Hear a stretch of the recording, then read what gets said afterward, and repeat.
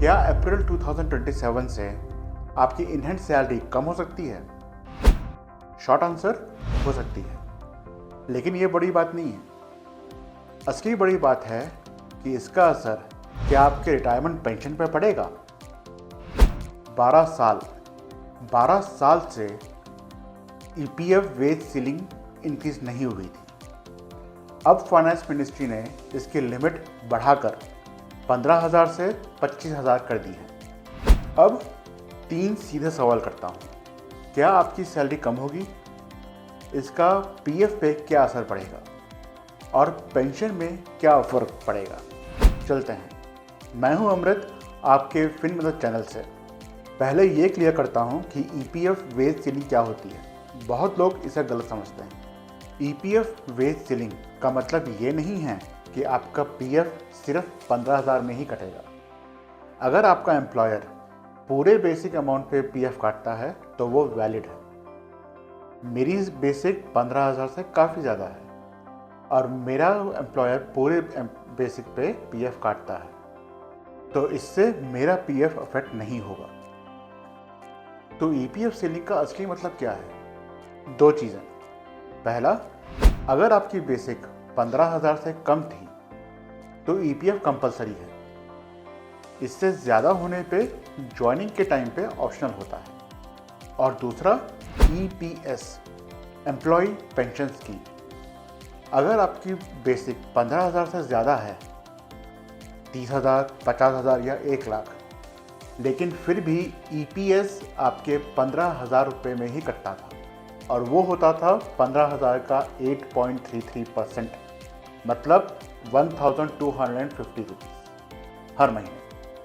यही वजह है कि लोगों की पेंशन एक्सपेक्टेड से बहुत कम होती थी, क्योंकि ईपीएस एक्चुअल बेसिक में नहीं कटता, वो कैप रहता है ईपीएस वेज सीलिंग पे। लेकिन अब क्या बदला? फाइनेंस मिनिस्ट्री ने ये लिमिट बढ़ाकर 15,000 से 25,000 कर दी है। एक इम्पॉर्टेंट बात, अभी सिर्फ अप्रूवल आया है, कैबिनेट क्लियरेंस और गैजेट नोटिफिकेशन अभी भी बाकी है। एक्सपेक्टेड डेट 1 अप्रैल 2027 हो सकती है। अब सबसे पहला सवाल, क्या आपकी इन हैंड सैलरी कम होगी?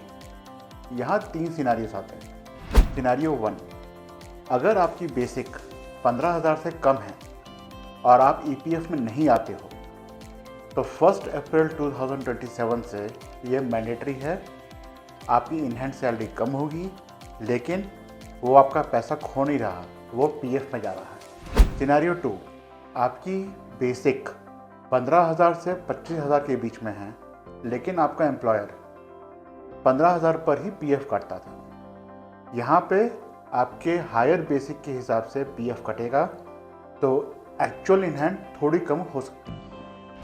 सिनेरियो 3, आपका बेसिक 25,000 से ज़्यादा है, जैसे कि मेरा, और आपका एम्प्लॉयर पूरे अमाउंट पर पीएफ काटता है। इस सिनेरियो में आपका इन हैंड सैलरी कम नहीं होगा, सिर्फ पेंशन कंट्रीब्यूशन पे अफेक्ट पड़ेगा जो बढ़ने वाला है। लेकिन ये एक चीज़ याद रखना, जो भी एक्स्ट्रा पैसा कट रहा है वो खो नहीं रहा, वो आपके पेंशन कंट्रीब्यूशन में या पीएफ में जा रहा है। अब सबसे इम्पॉर्टेंट बात, जो आपकी रिटायरमेंट लाइफ डिसाइड करेगा, इसे ध्यान से सुनना। ईपीएस, एम्प्लॉय पेंशन स्कीम, जो एम्प्लॉयर 12% आपकी पीएफ काटता है, उसमें से 8.33% पेंशन स्कीम में जाती है, लेकिन ये कैप होती है। अभी मैक्स 1,250 पर मंथ है, जो कि 15,000 का 8.33% है। अप्रैल 2027 के बाद 2,083 पर मंथ हो जाएगी, जो 25,000 का 8.33% होगा। फॉर्मूला है pensionable salary into service years divided by 70। Higher ceiling मतलब हायर पेंशन।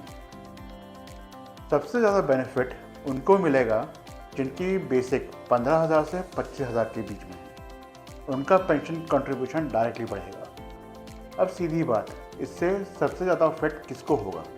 पहला, जिनकी बेसिक 15,000 से 25,000 थी और ये अभी तक ऑप्शनल था, अब ये मैंडेटरी होगा। दूसरा, अराउंड 1 करोड़ वर्कर्स जो अभी ईपीएफ सर्कल से बाहर हैं, उनको सोशल सिक्योरिटी मिलेगी। तीसरा, जिनकी बेसिक 15,000 से 25,000 के बीच में है, उनका पेंशन कंट्रीब्यूशन बढ़ेगा। बेसिक अगर 25,000 के ऊपर है और एम्प्लॉयर पूरे बेसिक पे पीएफ काटता है तो कोई इम्पैक्ट नहीं, सिर्फ पेंशन इंक्रीज होगी। तो अब क्या करना चाहिए? पहला, अभी कुछ नहीं, अप्रैल 2027 तक कोई चेंज नहीं होने वाला। दूसरा, अपना ईपीएफ पोर्टल चेक करो, ईपीएफओ पोर्टल से या उमंग ऐप से चेक करो कि आपका एम्प्लॉयर कितने अमाउंट पे पीएफ काट रहा है।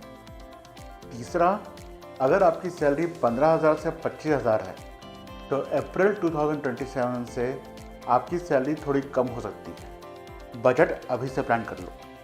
चौथा, अगर आप ईपीएफ सर्कल से बाहर हो और वॉलंटरीली सोच रहे हो तो अप्रैल 2027 से वैसे भी मैंडेटरी होने वाला है, तो अभी से कंट्रीब्यूट करना शुरू कर दो। पीएफ एक फोर्स सेविंग है, शॉर्ट टर्म में थोड़ी कम, लॉन्ग टर्म में बहुत बड़ा बेनिफिट है। अब एक क्विक रिकैप देखते हैं।